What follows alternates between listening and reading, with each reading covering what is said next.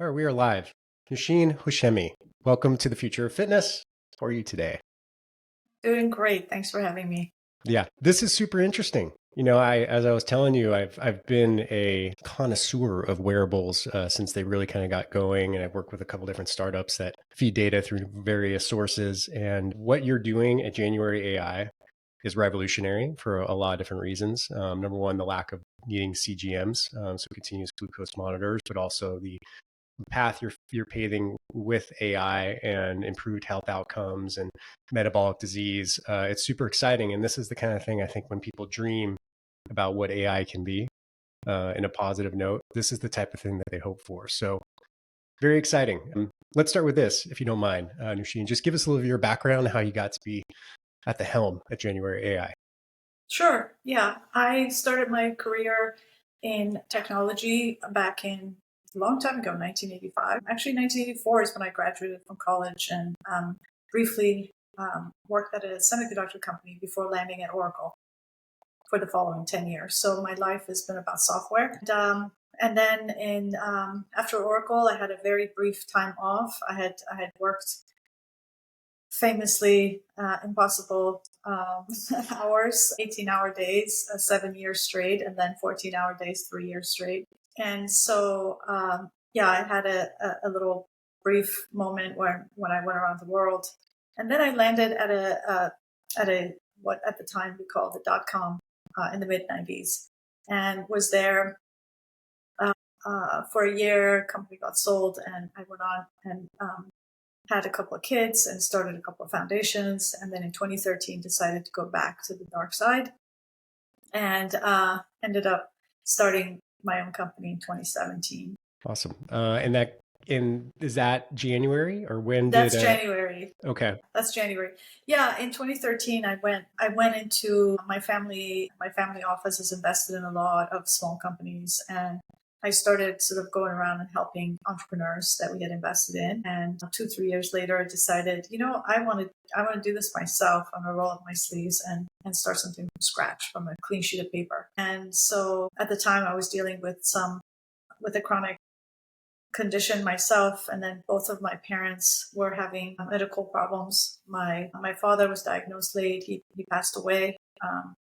And my mother, he had already passed away. I was like looking for answers because he was such a health nut. But I've spoken extensively about unfairness and the crazy thing where you can live your life so well, but then not be told about something that happens until it's too late. And then my mom was misdiagnosed. She was diagnosed as having asthma. She had heart disease, and she almost died. And then we basically, the kids figured it out, and we kept her alive. Usually life expectancy after diagnosis for heart disease about 5 years for heart failure. And for her, we kept her alive another 10 years, so about 15 years, by managing her diet 100%, having no more than 2 grams of salt a day, which is really impossible, especially my mom was a foodie, and that was really, really hard. Yeah, so I ended up on this health search and came across Mike Snyder, my co-founder, who is well known for a field called multiomics, which is the idea of looking at your health from various angles, like your microbiome, like your genome, looking at it from your blood tests, your wearable data, and a number of other data, like what's your behavior online. You can actually figure out. So multiomics can very accurately and very early detect what might happen to you later in the future, and where traditional medicine can only really tell you after you've been showing symptoms already. And with multiomics, no symptoms shown. By looking at these various pieces of the puzzle, you can put together what is likely going to happen with this person. So I became very interested in this, found Mike Snyder. We decided to start a company together. He has type 2 diabetes, and he's obsessed with wearables. And that's kind of how we ended up in this direction. Yeah, multiomics. Okay, Multiomics. yeah, it's a new term for me. I'm already learning. We're only 5 minutes in. I'm already learning, and I love this. So, okay, you started in 2017. Is that what you said? Mm-hmm. That's early, That's right? I when you mean, started. Yeah. yeah, that's when I started my podcast. Yeah, good memory. That's early. I mean, when you talk about like Mm-hmm. the discussion Very around early. metabolic disease, Mm-hmm. artificial intelligence, most of Mm-hmm. this really wasn't in the Yeah. nomenclature, right? It wasn't around. So how did you start to identify that this may be a future path? Part of it is that part of it it's multiple things. One is that I'm an obsessive researcher. Well, before I fell into metabolic and AI, I fell into just healthcare as a sector was going to explode. And I got that. I mean, I started researching in 2015. Between 2015 and 2017, I looked at every Series B deal that had been done, and I read everything you can imagine. I mean, I'm a very, very, very thorough researcher. And so I was already landing on health, but health and healthcare was really a sad story. Nobody wanted to invest in sick care, basically, right? And our thinking was that nobody wants to change their behavior. Nobody wanted, behavior change is difficult. Like, touching healthcare was like touching the plague, it's just nobody wanted to do it. But so part of it, I'm a big researcher. Part of it is because of essentially the people that I happened to find. I happened to find Mike Snyder, who was a multiomics person, had type 2, sort of led me in that direction. And the technical co-founder that I found was an AI obsessed physicist, a theoretical physicist. It just happened, like the sun and the moon all got actually aligned that way. And then I got lucky. That's the third factor, which is luck, which I shouldn't say we got lucky that we got the pandemic, but I think for the planet, I think this idea of a moment's pause of just saying, what's happening here right now? Why are 40% of the people who died from the pandemic had some kind of underlying conditions? And this idea that having an underlying condition is not okay, it's not something we should just live with. 60% of Americans have at least one chronic condition, and a smaller 10% of the population has 5 chronic conditions at the same time or more. What kind of odds are we giving ourselves? But I am a futurist, so I could see very, very well. I could see AI and health coming together long before venture capitalists had practices in healthcare, long before all of this. So we started essentially working on AI and healthcare when OpenAI started its work, and it sounded very esoteric and impractical and undoable. And people were like, what are you doing? Well, I'm turning food into an asset. I'm turning food into a measured variable in someone's health. They're like, how are you going to do that? People famously eat, whatever the hell they want. They have, food is something you didn't touch in 2017. People are supposed to eat whatever they want, anytime they want, however much they want, anything else. This idea that I could sort of show you a mirror, if you will, in terms of what's happening to you metabolically, cardiometabolically, based on what you're eating, was just inconceivable at the time. But we absolutely had that vision, and we were obsessed with continuous glucose monitors in 2017. And we thought, well, there's got to be things we can learn at the intersection of CGMs, and CGMs themselves, revolutionary, really interesting, close the loop. But CGMs and smartwatches together, now that's really interesting. And then we quickly learned that one of the most important factors, well, the most important factor in your metabolic health is the food you eat. 100%. We proved it. We published it.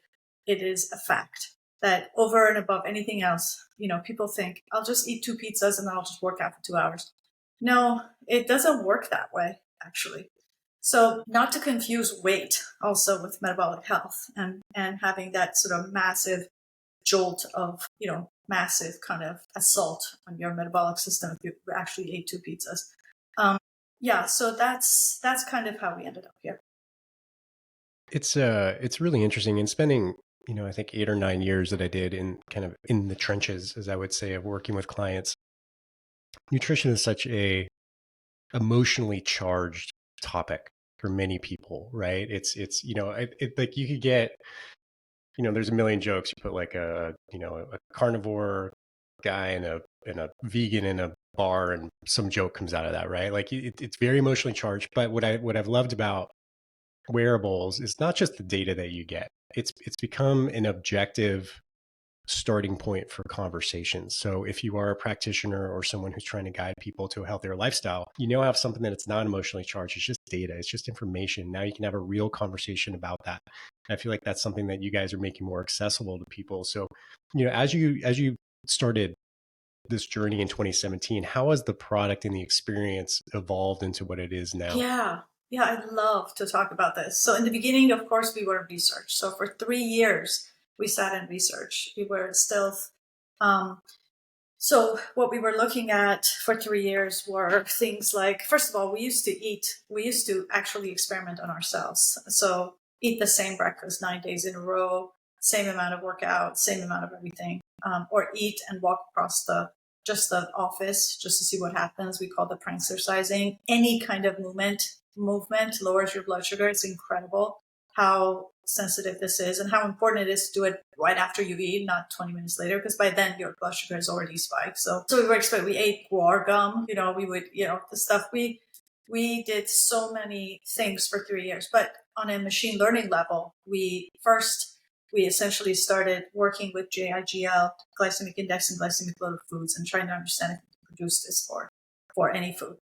That was one area of search. Another area of research for us was nutritional inference. If I look at any food, can I tell what macros does it have? And how can I do that? That was another machine learning project that we did. And then we ran a clinical trial from 2018 to 2020, where for over 1,000 people, we put CGMs on them, we put smartwatches, and we looked at their behavior, and we looked at essentially the glycemic response of their body to the foods they were eating. And we came up with our first paper in 2020 that we put out at the American Diabetes Association convenings. And that paper predicted someone's glucose 33 hours into the future, which is incredible. We could only predict people's glucose about half an hour at that time. Hmm. And it was also trained on food. So it wasn't just like, I can tell you if this person's glucose is going to go up or down in the next 30 minutes. It was like, I'm going to tell you what will happen to this person's glucose if they eat pizza versus apple versus any food. And that's just crazy because none of the prediction models were or are trained on food. Only January is trained on food. So basically, most of the prediction models are trained on carbs and insulin. Sort of, they just tell you, you can say, I'm going to have 40 grams of carbs. They say, take this much insulin.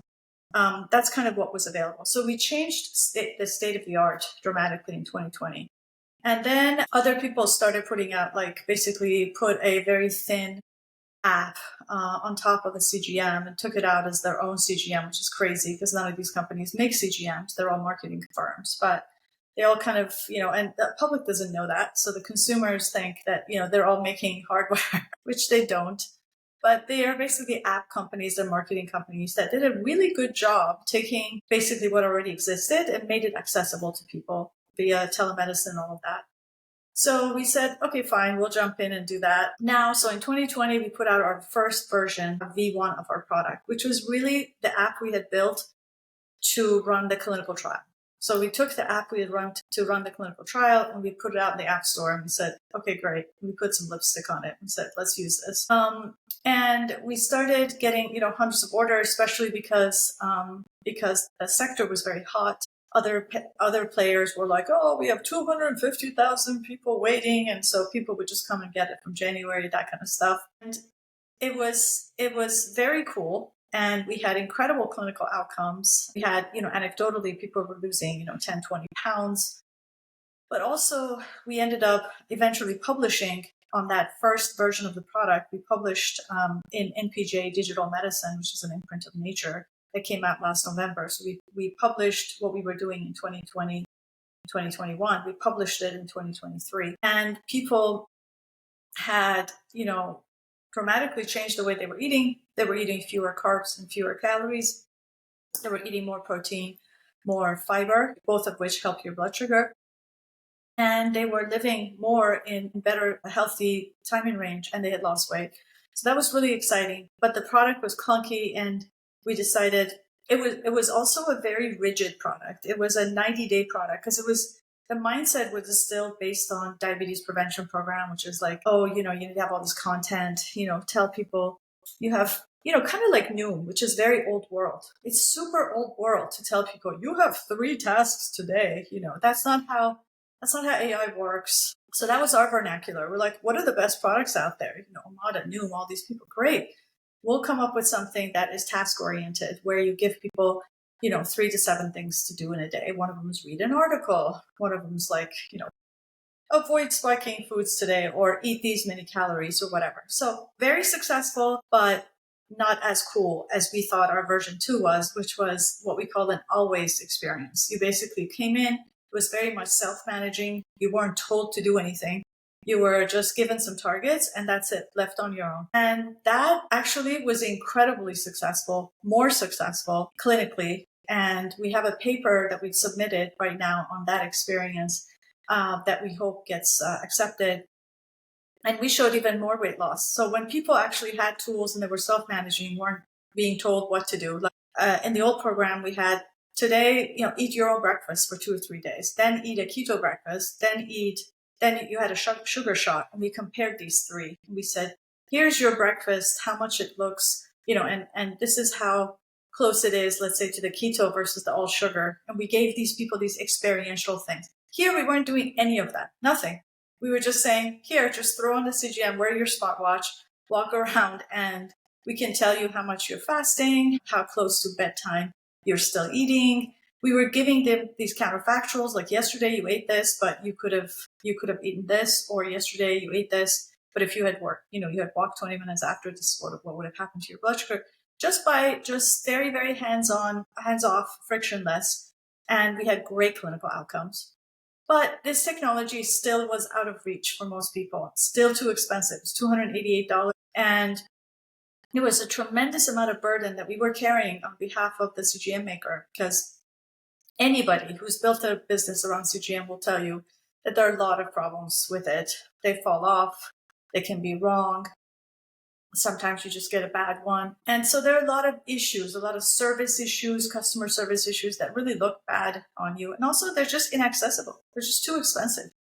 So our obsession was so we wanted to come up with a version that could be broadly used for educational purposes. So the first time that we put out our paper, we could predict glucose while the person was wearing a CGM, but without having to eat something. So it was while they were wearing a CGM, but they haven't eaten, we trained their AI on A, B, and C. Now they're eating, G, H, I, and we could predict their glucose to that. Revolutionary, incredible. But the next stage, we were able in V2 to remove the CGM and still be able to predict for the person. And then after that, we were able to actually draw CGM curves for people. As long as they kept logging their food and wearing their smartwatch, we could still do that with fairly high accuracy. And then next thing that happened, which is our version 3 of our product, which is what's in the App Store today, that product doesn't use a CGM at all. So we've taken elements of the models, demographic elements of the models, like how old you are, your height, your weight, your gender, whether you have prediabetes, diabetes, you're healthy, etc., your ethnicity, and we are now extrapolating directionally correct information for you, which we think is wonderful for educational purposes, is fantastic. And if you really, really want to know if you're a rice spiker versus a potato spiker, throw on a CGM. But if you don't, for most people, we feel like education is what's lacking, and awareness, and just having that on your radar, what could be happening to your blood sugar. I continue to be surprised how little people know about nutrition and how little people know about volumes. Like, I was speaking at the Fortune Global Forum a couple of weeks ago in New York City, and we were sitting at this table and there were just mini desserts, like mini brownies and mini donuts. 6 of them were almost 1,000 calories. They were only very, very small. And 1,000 calories, all I can eat in a day is 1,300 calories, because I happen to have high body fat, unfortunately. That's all I can manage. So if I just blew 1,000 of those calories by just eating those little things, just not thinking that they don't look low volume. So I think all of us miscalculate just what we're doing to ourselves every day, from volume perspective and from blood sugar perspective. Certainly from macros perspective, we are not really that focused on protein and fiber as much as we should be. Awesome. So In the current edition, what's in the App Store, and I believe from the information I have, you guys have over 100,000 users now, and it hasn't been in the App Store super long, right? I mean, it No. seems to be accumulating users pretty quickly. Like, walk me through, like, what is the consumer experience? What's the user experience from start to finish once they find the app in the App Store and they download it? What happens? Well, the first thing they do, they have to go through this onboarding process where they Hmm. tell us about themselves. So, for example, what food sensitivities they have or food allergies they have, because our recommendations are all highly, highly personalized. So, if you just never want to eat abalone, we won't give you an abalone recommendation. So, a lot of it is about understanding your preferences, your dietary preferences, and understanding what you want to and not want to eat. Also, understanding your physiology, demographics, like we talked about, and making sure you're not using insulin today, for example. We go through an onboarding process just to understand you, because how can we truly personalize an experience if we don't understand sort of your current condition? And then you're ready to go. Once you're in the app, you can start taking pictures of anything. And I really challenge anyone here to show me a better food scan experience than what's in January. I would love to see where it is, because we benchmark everyone. We benchmark anyone. You mentioned a couple of names before we started. We benchmark everybody that you can think of, from the kings, of food tracking, like MyFitnessPal, to, metabolic players like Levels. We are absolutely the best. There's nothing better than we are. So take a picture of anything in front of you and get its macros right away. Get its macros, like basically its macro and micronutrients, carbs, all that, and then see the impact, see the blood glucose impact. And what comes next is counterfactuals. This is what only AI can do for you, which is, if I ate, this is your curve, but if you cut out half of the rice, this would be your curve. You cut out half of the wheat or, bread, this would be your response. And so you could play with it. I think, when I first started way back in 2017, Chris Gardner from Stanford University worked with us very closely. He always said, he's sort of the god of nutrition there. He said, you can't get people not to eat something. You just tell them, don't eat sugar, don't Right. eat flour, don't, eat broccoli, all day long, and like to walk 10,000 steps. They're just not going to, and Yeah. they haven't. And this sort of one size fits all doesn't work. What you can do is to try to get people to eat a little bit more of what's good for them and a little bit less of what's not good for them, and to get them to understand that just over time. And if you can do that, you're very successful. And we do exactly that. So if you can experiment a little bit, like, you have to give up French fries completely? No, but you can see the impact, visually. And the beauty of AI is you don't have to eat it to see the impact. And that's really the genius of AI. And that's not only we've been able to make that available to people who wear CGMs, but now available to people who can't afford or don't want to wear a CGM because it's invasive. Yeah. And what's that's awesome. And it's I think you'll start to see the thing about human behavior change from my experience is that number one, you got to meet people where they are, right? Sometimes it's just a bridge too far, and that's why a lot Yes. of times it's very hard for people to get into the gym if they're coming off the couch. Like, Mhm. to come in and start doing 3 classes a week of CrossFit or something like that, it's too far. It's too much, right? But everybody has a phone, right? Everybody knows how to Yep. use apps. So kind of Yep. meeting them in that space and Hmm. educating them. And I think that's like you're starting to see this huge decline in alcohol intake. And I have to Hmm. believe that has to be due to wearables and what people are starting to see in their sleep and their Absolutely. HRV. So they're starting to get educated themselves through this 100%. through the data, right? So it's a really cool time. Nushin, what is the business model for you guys? Like how are you looking to scale this? So we have generally been direct to consumer. We have had a few deals with pharma and food companies, very, very large companies. But right now we're looking at API deals. We're trying to go B2B. We're trying to provide our experience inside other people's experiences.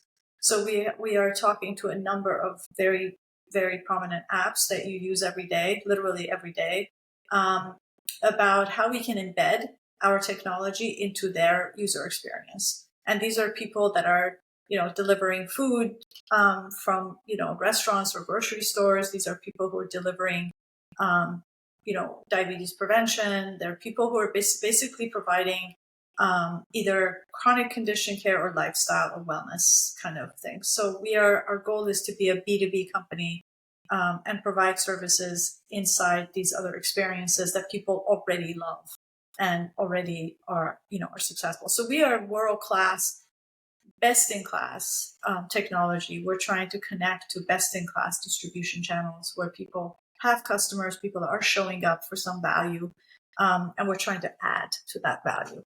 Yeah.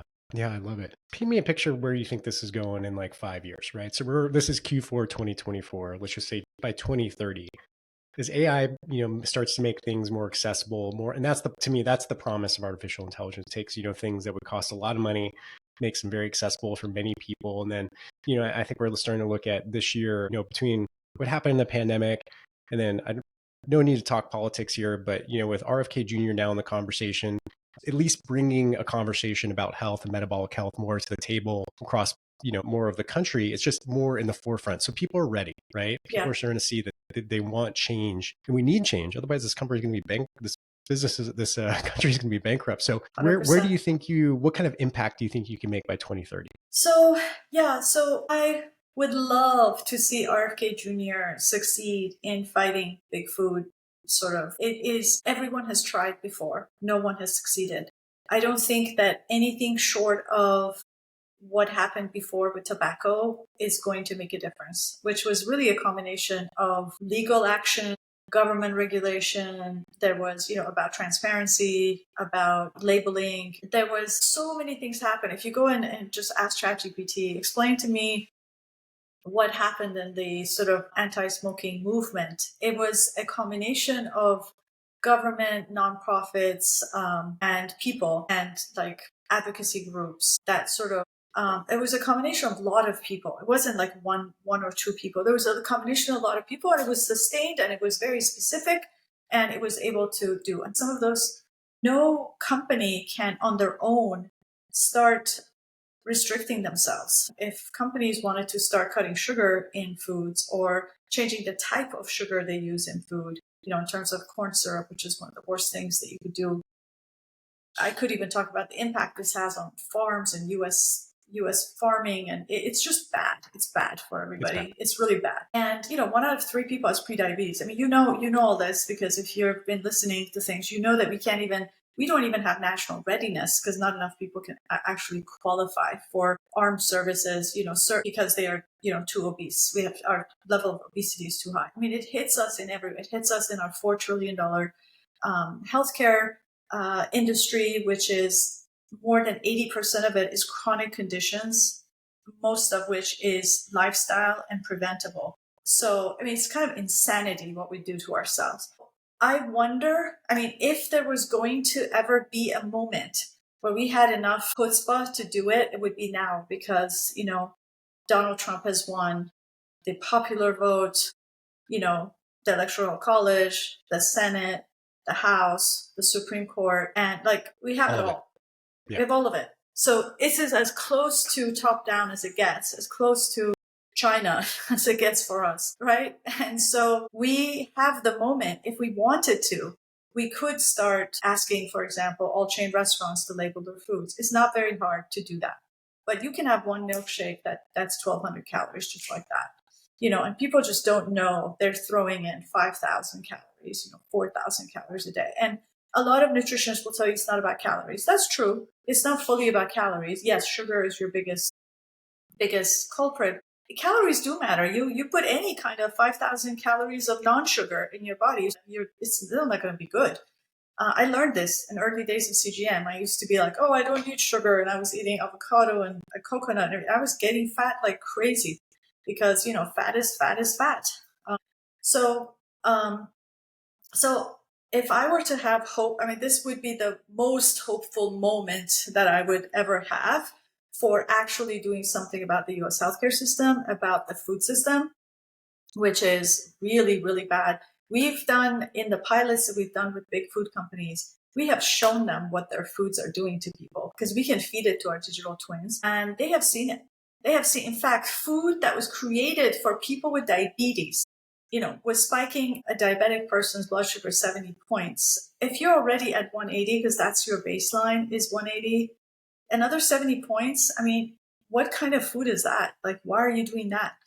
So yes, I'm very hopeful, but I don't, people have tried before and they were told to go sit in the corner. I think Michelle Obama tried it once and it was like, didn't go anywhere. She was told, exercise, get out and do some workout. But so I think I'm not 100%, I'm very optimistic. I'm super optimistic. I'm super happy about this moment because I feel like we have a shot.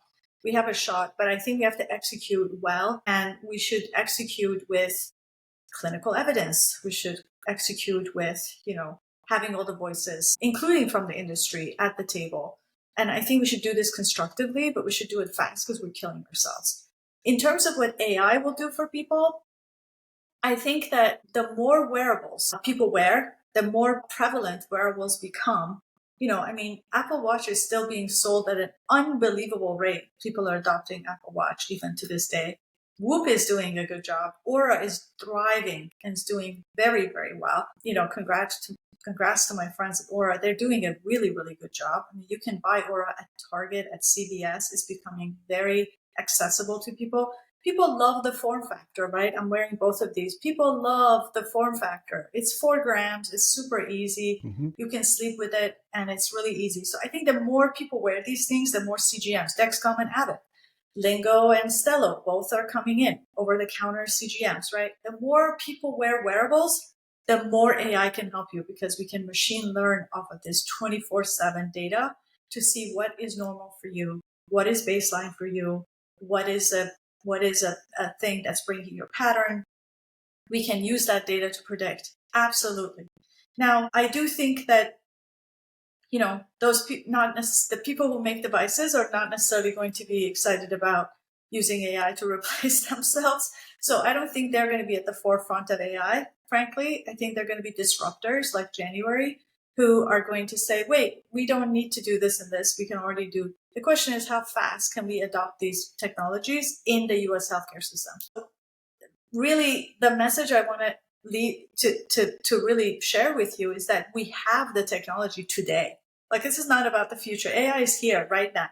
And we have AI for metabolic health. Right now, we can make all Americans healthy. We can. And we have the tech.